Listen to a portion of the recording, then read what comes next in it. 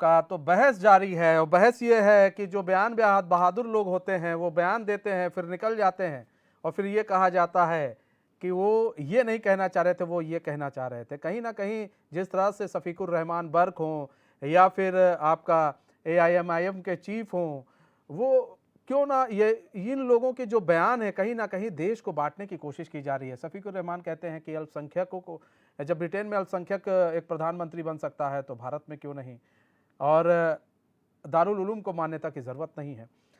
हमारे साथ हरीश चंद्र जो कि बीजेपी नेता हैं वो भी जुड़ चुके हैं। हरीश जी, स्वागत है स्टूडेंट में आपका।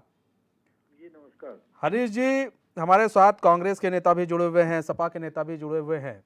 आपको बताएं, अल्पसंख्यक को लेकर बड़ी बात कही है शफीकुर रहमान बर्क ने। उन्होंने कहा है कि जो अल्पसंख्यक है, क्या जब वो ब्रिटेन का प्रधानमंत्री बन सकता है तो एक अल्पसंख्यक भारत में क्यों नहीं प्रधानमंत्री बन सकता है? देखिए, शफीकुर रहमान बर्क हों या ओवैसी हों, ये इन लोगों की जो भावना है वो कहीं न कहीं लोकतंत्र की मर्यादाओं के अनुरूप नहीं है। भारत में संसदीय लोकतंत्र है और अल्पसंख्यक हो सभी लोगों को उच्च से उच्च स्थानों पर सभी अपनी योग्यता क्षमता के अनुसार पहुंचते हैं और पदासीन रहे हैं। एमआईएम के से पूछिए ओवैसी साहब से कि उनकी पार्टी में मुसलमान के अलावा कोई पदाधिकारी है, कोई प्रवक्ता है उनका? यहाँ तो आपको दर्जनों नाम मिल जाएंगे जो राष्ट्रपति, उपराष्ट्रपति, चीफ जस्टिस ऑफ इंडिया, अनेक मुख्यमंत्री जैसे पदों पे पदारूढ़ रहे। तो जब योग्यता क्षमता जिसकी होगी वो उस पद पे भी बैठेगा। लेकिन इस तरह की बात करना जो शफीकुर रहमान बर्क, ये कहीं न कहीं इनकी बात से एक जो मुस्लिम समाज को लेकर के एक जो इनका एक तरह से ये कह सकते हैं कि एक अलगाववाद की बू आती है इनकी बात से कि भारतीय लोकतंत्र ने सबको अगर के साथ समान व्यवहार किया तो सबको समान अधिकार है, सबको समान अवसर है, सब अपनी अपनी योग्यता क्षमता अनुसार उच्च से उच्च पदों पे पहुंचते हैं। इसमें मुसलमान और सिख और ईसाई और इन आधार पे कोई निर्णय नहीं होता। ये जो सोच है ये कहीं न कहीं सोच स्वस्थ लोकतांत्रिक परंपरा के अनुकूल नहीं है और ये घृणित सोच है। इस तरह की सोच नहीं रखनी चाहिए। सलमान जी, आप सुन रहे हैं ना हरीश चंद्र को? उन्होंने साफ कहा है कि इस तरह की सोच नहीं रखनी चाहिए। भाई, यहाँ पर तो प्रधानमंत्री आपके पंजाबी भी रह चुके हैं, तो फिर क्यों इस तरह की सोच वो रखे हुए हैं? क्यों इस तरह की सोच पाल रहे हैं वो? अब वो बुजुर्ग हो रहे हैं, उनको एक अच्छा सोचना चाहिए, एक अच्छा संदेश देना चाहिए देश की जनता को।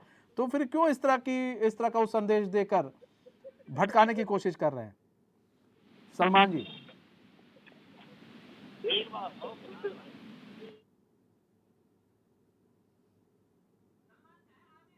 आमिर जी, आमिर जी, हेलो।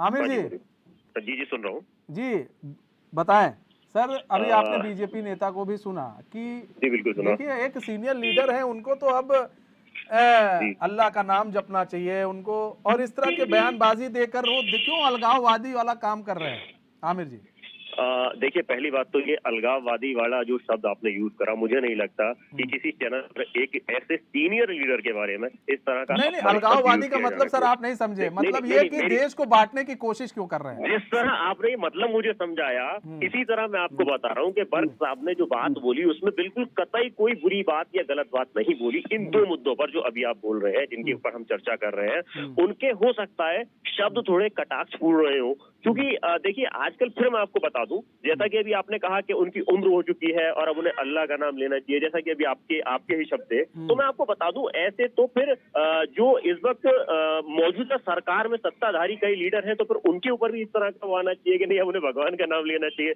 लेकिन हम यहाँ भगवान और अल्लाह के नाम के लिए वो एक अपना निजी मामला आ गया, ठीक। लेकिन जब बात आती है एक बहुत बड़े जाति की, समूह की और बहुत सारे लोगों की, तो किसी एक लीडर को तो बोलना ही पड़ेगा, किसी एक लीडर को तो आवाज उठानी पड़ेगी, और वही आवाज और वही वजूद को कायम रखने के लिए जो हमारे बर्क साहब हैं वो बार बार आवाज उठाते हैं, और उनका कहने का तात्पर्य भले ही सही हो, लेकिन एक बार गलत हो सकता है तात्पर्य।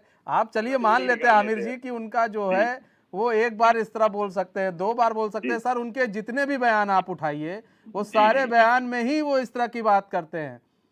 देखिए सारे बयान में, मैं सारे बयान की उनकी पुष्टि या ये नहीं कहता कि वो सही है, लेकिन